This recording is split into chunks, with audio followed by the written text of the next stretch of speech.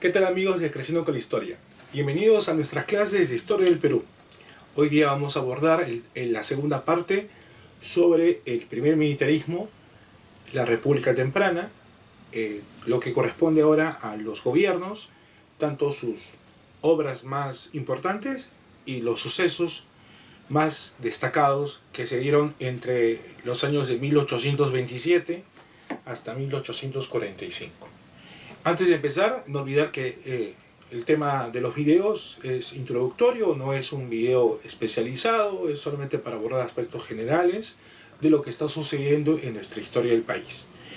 Y también solicitarles, pedirles que ustedes puedan compartir los contenidos del canal en YouTube, pueden suscribirse, ¿no? Y colocar ¿no? un clic en la campanita para que puedan ustedes se les avisa los videos que van a aparecer en las siguientes semanas.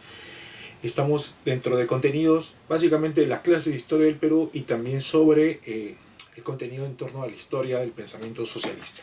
Bien, ahora en torno a los gobiernos, en nuestra república, como ya hemos planteado en la primera parte, ¿no?, de la clase sobre esta república temprana, son gobiernos que han estado conformados por caudillos militares. Recuerden ustedes que Basadre había logrado pues generar un término, el nombre a este periodo como el denominado primer militarismo o militarismo de la victoria, que va a estar caracterizado por bastante inestabilidad y que se evidencia con los constantes golpes de Estado, ¿no? Casi en esta clase que vamos a ver, muy pocos gobiernos son los que han logrado terminar su mandato presidencial.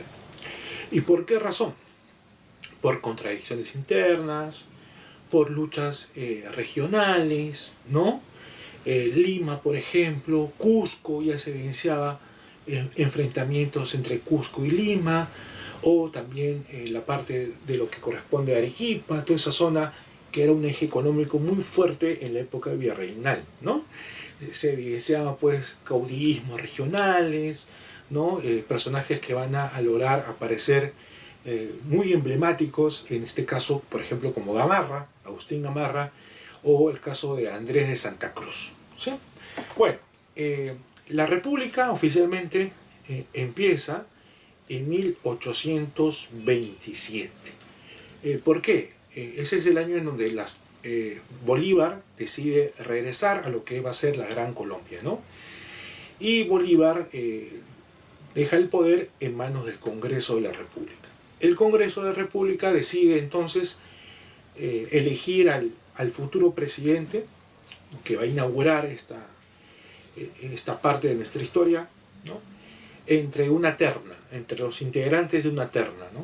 Eran tres integrantes de una terna, de la cual el Congreso elige pues al que sería el primer presidente de la República del Perú, que es José de la Mar, ¿no? José de la Mar llega a dirigir los destinos de nuestro país entre 1827 a 1829. Ese sería el primero. Ahora, ¿por qué he dicho el primer presidente de la República, ¿no? Porque ustedes saben que hay una situación muy exquisita, muy particular, ¿no? ¿Quién es el primer presidente del Perú? ¿Y quién es el primer presidente de la República, ¿no? Como también lo vimos en otros videos anteriores, ¿no? El primer presidente del Perú sería José de la Riva Agüero, a secas, ¿no? Inclusive se puede decir que ese es el primer presidente constitucional del Perú, mientras que el primer presidente de la República sería este caudillo llamado José de la Mar. Bueno, José de la Mar, ¿cuáles son las obras más destacadas, ¿no? Las obras más destacadas de José de la Mar, tener en cuenta que José de la Mar es un caudillo. Basadre lo caracteriza en su obra Historia de la República como una persona no tan vehemente, no de tan fuerte liderazgo. El Congreso inclusive decidió elegirlo justamente por esas características para poder manejarlo. Digamos que el Congreso es el que tiene realmente las riendas del país en esta primera parte, ¿no? En estos primeros años, ¿no? El Congreso es el que decide, ¿no?, el destino. Por eso elige a José de la Mar como un personaje que podría ser, vamos a decir, más o menos manipulado, ¿no? Bueno, la tendencia política de la Mar es liberal, ¿no? Liberal. Se ve que el Congreso también tiene un predominio liberal, ya se evidenciaba desde el establecimiento de la Constitución del año 23.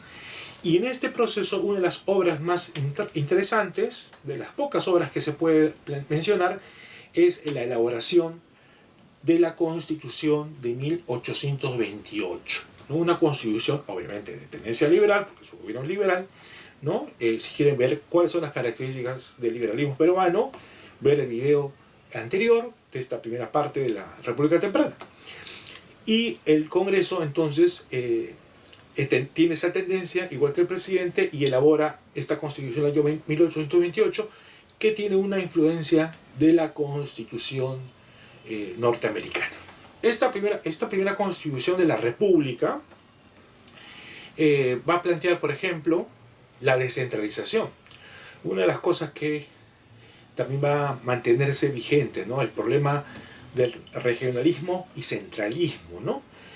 Nuestra república va a ser unitaria, no es una república federativa como el caso de los Estados Unidos, pero sí se puede buscar medidas descentralizadas, ¿no? Como la creación de lo que serían las juntas departamentales. Las juntas departamentales es una de las cosas que plantea esta Constitución.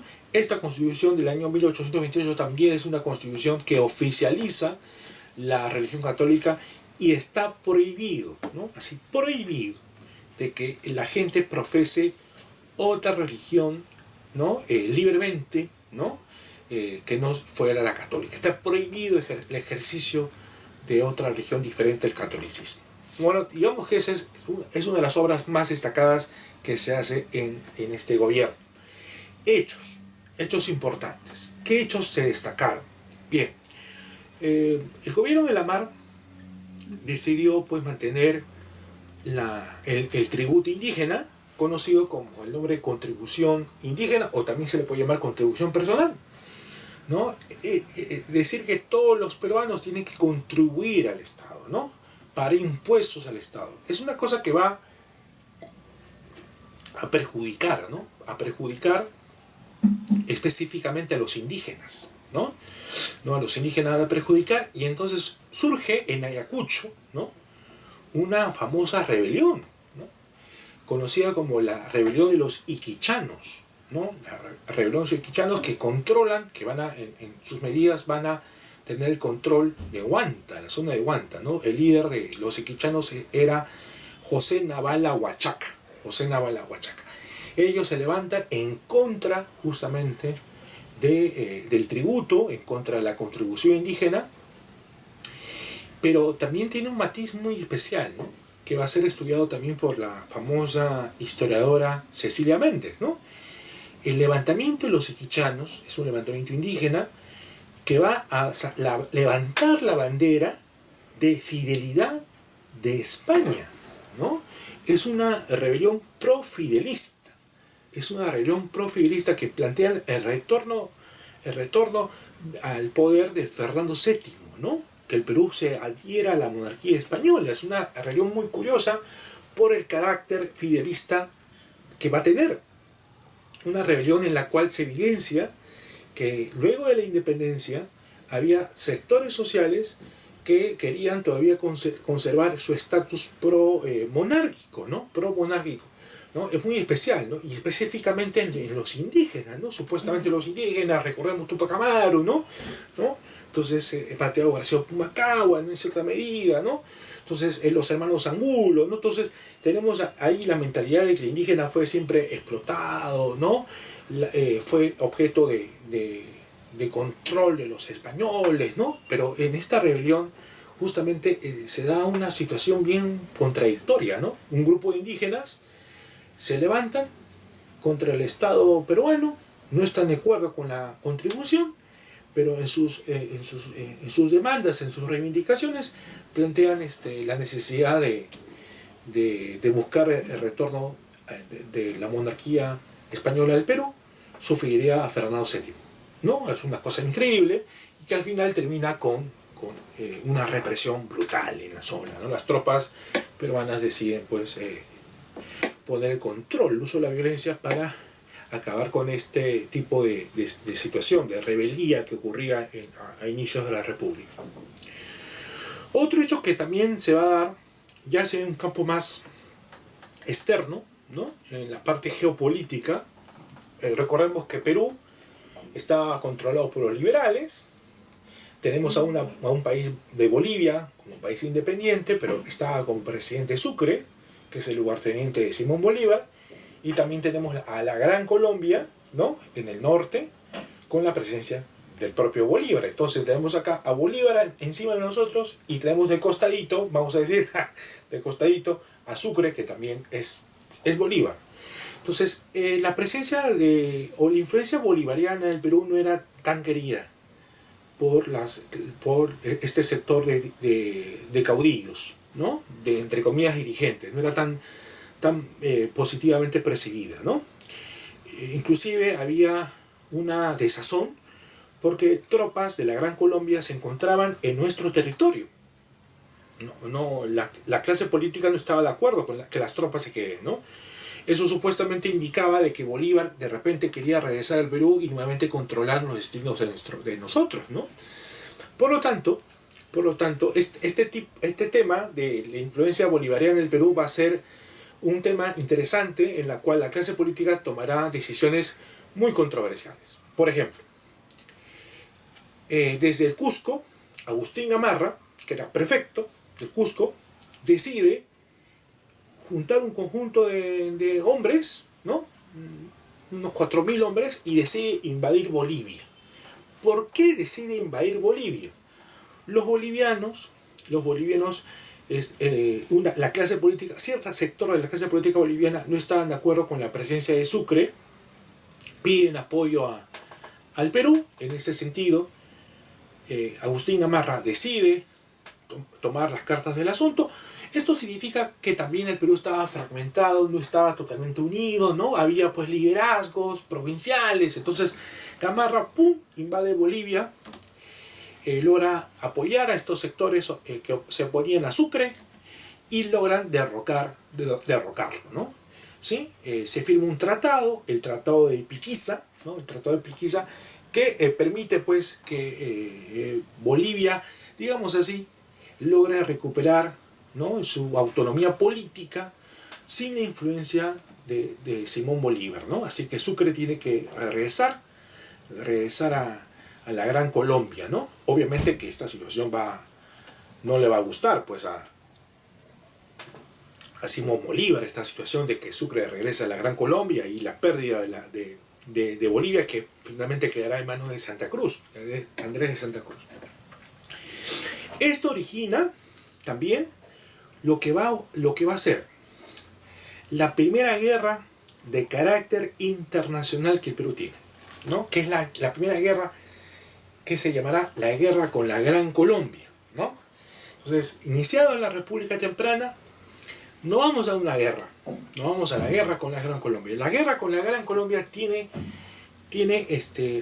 algunos argumentos interesantes. Por un lado, argumentos en la cual estos sectores políticos de la Gran Colombia también tienen aspiraciones territoriales en el Perú. Quieren controlar Tumbes, quieren controlar Maynas, quieren controlar Jaén, quieren tener control ya consolidado de Guayaquil, que nosotros le habíamos cedido el puerto en la conferencia de Guayaquil por producto de la reunión que tuvo San Martín y Simón Bolívar. Recuerden ustedes, vean el video de las corrientes libertadoras. Entonces había una pretensión territorial de la Gran Colombia por tener esta zona, ¿no? Que es una zona básicamente, comercial, una zona rica en recursos, ¿no? Entonces es ahí donde también aparece, ¿no? Y esto no se va a ver en esa misma época, sino va a ocurrir décadas más adelante, porque vamos a tener nosotros siempre un conflicto con Ecuador, ¿no? Un conflicto con Ecuador, ¿no? Y de ahí viene una famosa frase que se la atribuye al pueblo de esta zona de Tumbes, de Piura, que es la zona, ¿no?, en donde ellos manifiestan la siguiente frase, ¿no? Tumbes, Jaén y Maynas, ni a vainas, ¿no? Es una frase que se repetía constantemente, ¿no? Por las pretensiones territoriales de Ecuador hacia nuestro territorio. Tumbes, Jaén y Maynas ni a vainas. Bueno, entonces ese es un argumento interesante.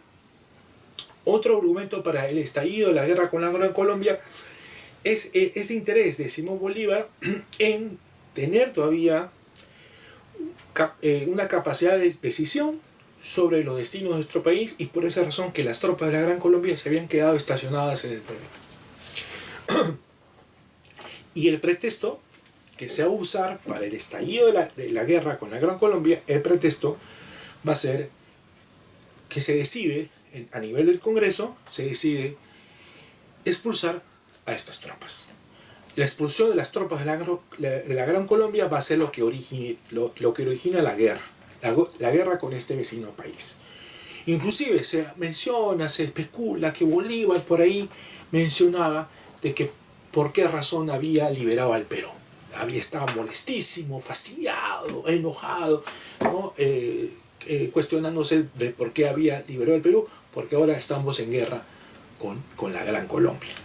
La guerra con la Gran Colombia se da en dos fases. Una fase marítima, que nos va muy bien. Se destaca mucho la escuadra peruana, ¿no? Tiene una victoria muy interesante. La escuadra peruana estaba dirigida por el almirante Martín Guise, incluso hay un colegio que tiene ese nombre, ¿no? Martín Guise. Nos va muy bien en la campaña marítima, pero nos va muy mal en la campaña terrestre, ¿no?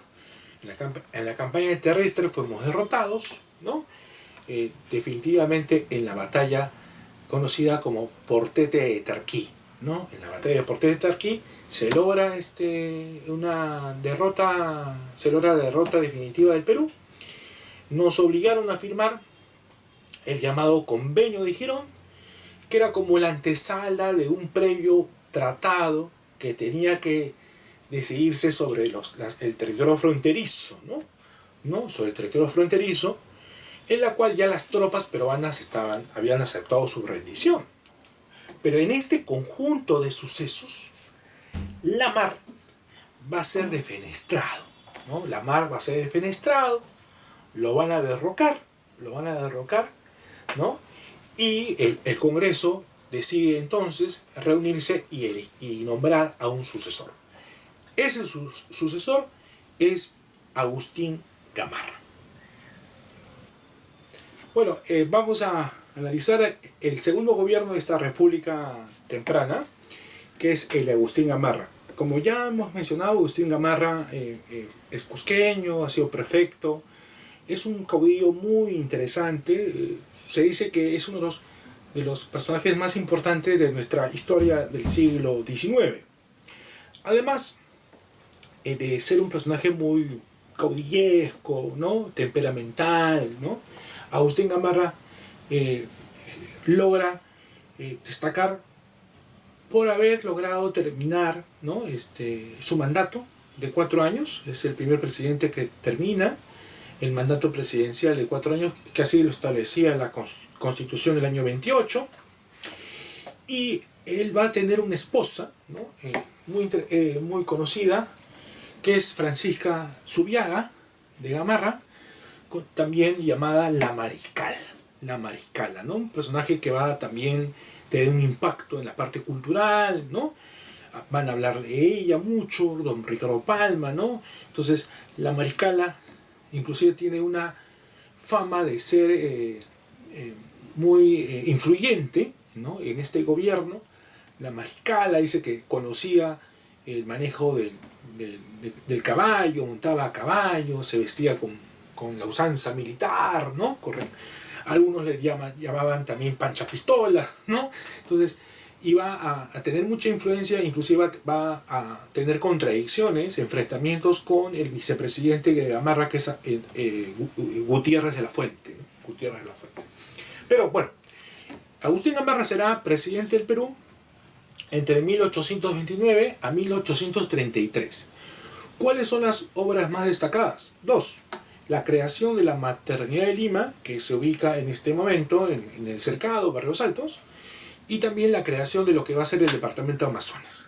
Su gobierno es conservador, muy diferente al de Lamar, que es liberal, él es conservador, muy autoritario, un personaje que va a estar siempre ahí, ¿no? Vigilando las diferentes rebeliones que se dan en diferentes lugares del Perú, ¿no? Basadre atribuye que durante la época de Gamarra, a pesar de haber terminado su mandato en 4 años, hay bastante inestabilidad, hay levantamientos, hay sublevaciones, hay rebeliones, que son casi como 17. Entonces esto significa que Gamarra tiene que estar ahí como caudillo, tiene que reprimir, tiene que lograr acabar con todo este conjunto de rebeliones. Tanto va a ser la forma de represión que Gamarra ejerce que el Congreso, ¿no? Que el Congreso, que tenía una mayoría liberal, ¿no? Estaba dirigida por Francisco de Paula González Vigil, ¿no? E inclusive él llegará a ser presidente de la Convención Nacional, que es una especie de asamblea constituyente que tiene como objetivo reformar la Constitución del año 28, ¿no? Porque como entró Gamarra empieza pues a generar medidas centralistas, conservadoras, entre las cuales está la creación también del sistema de aduanas, ¿no? Sistema de aduanas. Y entonces en el Congreso empieza a haber enfrentamientos, contradicciones, y por eso dije que entre las cuales destaca este personaje que es Francisco de Paula González Vigil, ¿no? Muy conocido por una frase que plantea en el Congreso, ¿no? Yo debo acusar, yo acuso, ¿no? Esa frase de yo debo acusar, yo acuso, alude pues a la manera de cómo está actuando este gobierno conservador, en específico contra las diversas sublevaciones que estaban, en cierta forma, lideradas por sectores liberales, ¿no? Entonces, como se dan cuenta, había un enfrentamiento entre conservadores y liberales. No olvidar también que Francisco de Paula González Vigil es un sacerdote muy interesante, porque es un sacerdote que va a también representar la defensa de lo que sería contradictorio, ¿no? Un Estado laico, ¿no? González Vigil es uno de los personajes que va a defender la necesidad de que el Perú sea un Estado laico. Esto significa, ¿qué significa un Estado laico? Un Estado que no tenga ningún tipo de compromiso con respecto a una religión, ¿no?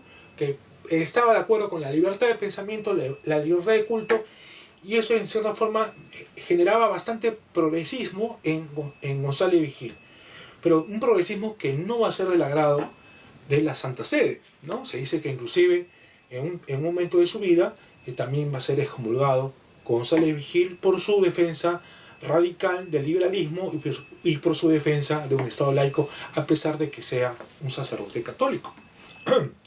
Pasemos a la parte internacional. Como sabemos, nosotros estábamos en la Gran Colombia, Lamar fue derrocado, entra Gamarra, y con Gamarra se va a lograr firmar el Tratado Larrea-Gual. Cuando hablemos de tratados, no olvidar que los tratados se firman entre dos países. Nunca se puede hablar de tratados entre 3 ni entre 4 países, siempre entre 2 países. ¿Y por qué se llama Tratado Larrea-Gual? Porque Larrea es el apellido de una persona, ¿no? Gual es el apellido de otra persona.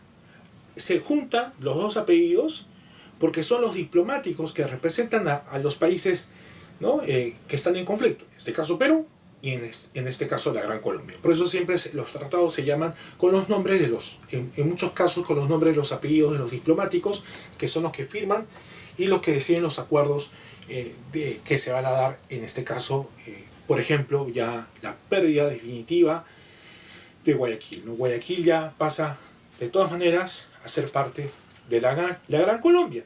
Pero luego de esta guerra, dentro de la Gran Colombia también empieza a haber una fragmentación. Esta fragmentación termina con la división actual de lo que es los países de Ecuador, ¿no? El país de lo que es Colombia, ¿no? Y también lo que es el país de Venezuela, ¿no? Entonces, nace Ecuador, nace Colombia, ¿no? Y nace lo que es Venezuela. Por eso que ustedes se van a dar cuenta que las banderas de estos tres países son casi parecidos. Pero el caso de Ecuador va a quedar impregnado en nuestra retina, digamos así, porque vamos a mantener un conflicto con ellos permanentemente, y que esto terminará recién en 1998, cuando será presidente Fujimori, ¿no?